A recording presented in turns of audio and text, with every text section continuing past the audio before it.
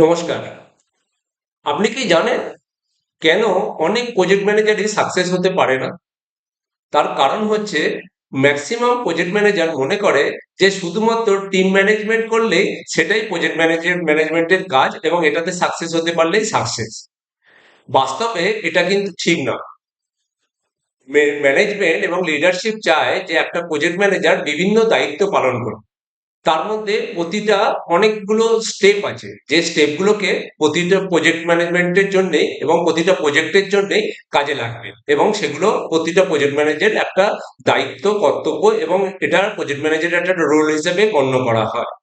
সেটাকে বুঝতে হবে। শুধু টিম ম্যানেজমেন্ট নয়, যে কোনো সমস্যায় যদি আপনার টিম পড়ে তাহলে আপনাকে অন্য প্রজেক্ট ম্যানেজারের সঙ্গে বা অন্য টিমের সঙ্গে যোগাযোগ করতে হবে। সেটাও আপনার দায়িত্বের মধ্যে পড়ে।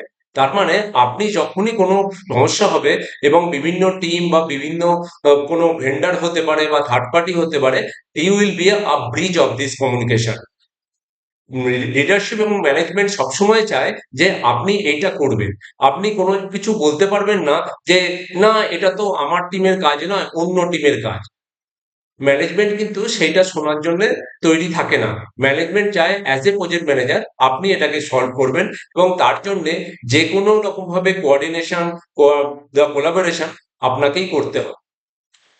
দু ধরনের প্রজেক্ট ম্যানেজার হয়, একটা হচ্ছে ডেভেলপমেন্ট প্রজেক্ট ম্যানেজার আর একটা হচ্ছে সার্ভিস ম্যানেজার বা সাপোর্ট প্রজেক্ট ম্যানেজার।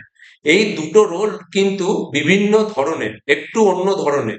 এই দুটোই আপনাকে জানতে হবে, কারণ আজকের যুগে শুধুমাত্র তথাকথিত প্রজেক্ট ম্যানেজার হয়ে লাভ নেই।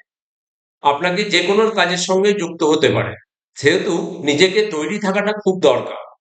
আপনাকে আপনার যেমন ডেভেলপমেন্ট টিমের সঙ্গে কাজ করতে হবে, তেমনি টেস্টিং টিমের সঙ্গে কাজ করতে হবে এবং আর্কিটেক্ট হিসেবেও কাজ করতে হবে। আমি বলছি না যে আপনি টেকনিক্যালি কাজ করবেন, কিন্তু আর্কিটেক্টের সঙ্গে কাজ করবার সময় আপনার একটু টেকনিক্যাল নলেজ লাগবে, সেটাও আপনাকে জানতে হবে। আপনি যাতে দক্ষ সেই ব্যাপারেই আপনি কথা বলুন। এমন নয় যে আপনাকে সমস্ত টেকনোলজি শিখতে হবে, কিন্তু আপনাকে কিভাবে সেটাকে দায়িত্বটাকে পালন করতে হবে সেগুলো কিন্তু আপনাকে জানতে হবে। তবেই আপনি ভালো একটা প্রজেক্ট ম্যানেজার হতে পারবেন এবং প্রজেক্টে সাকসেস দিতে পারবেন। মানুষ এখন শুধুমাত্র দেখে না যে আপনি কি কাজ করছেন, মানুষ এখন রেজাল্ট দেখে। তাই ম্যানেজমেন্ট বা লিডারশিপ আপনার থেকে রেজাল্ট এক্সপেক্ট করে, নাকি আপনার থেকে যে এটা চায় যে শুধুমাত্র টিম খুব ভালো কাজ করছে বা আমার আমার যে ডেভেলপমেন্টের কাজ আমি খুব সুন্দরভাবে আমি সম্পন্ন করেছি, আমার টিমের থেকে কোনো রকম কোনো প্রবলেম আসেনি। তা নয়, প্রজেক্টের যে রেজাল্ট, ওভারঅল রেজাল্টের উপরে আপনার সাকসেস কিন্তু ডিপেন্ড করছে। সেহেতু সেই ব্যাপারটা আপনাকে জানতে হবে। এর জন্য কিছু স্টেপ আপনাকে ফলো করতে হবে। সেগুলো কিন্তু কোনোটাই কোনো ক্রিটিক্যাল নয়। এটা আপনাকে স্টেপ বাই স্টেপ ফলো করাটাই, প্রসেস ফলো করাটাই হচ্ছে আসল। সেই সেই ব্যাপারে যদি আপনি জানতে চান তাহলে আপনি আমার সঙ্গে যোগাযোগ করতে পারেন। এই ভিডিওর কমেন্টে লিখুন পিএম। আমি তাহলে আপনার সঙ্গে যোগাযোগ করে আমি বলে দেবো যে কিভাবে আপনাকে এই স্টেপগুলো ফলো করতে হবে। গত 22 বছর ধরে আমি কর্পোরেটে সার্ভিস ম্যানেজার, প্রজেক্ট ম্যানেজার এবং প্রোগ্রাম ম্যানেজার হিসেবে কাজ করছি। তাই আমি এই ব্যাপারগুলো অনেকটাই ওয়াকিবহ। আপনাকে আমি হেল্প করবার জন্য সমস্ত রকম সাহায্য করব।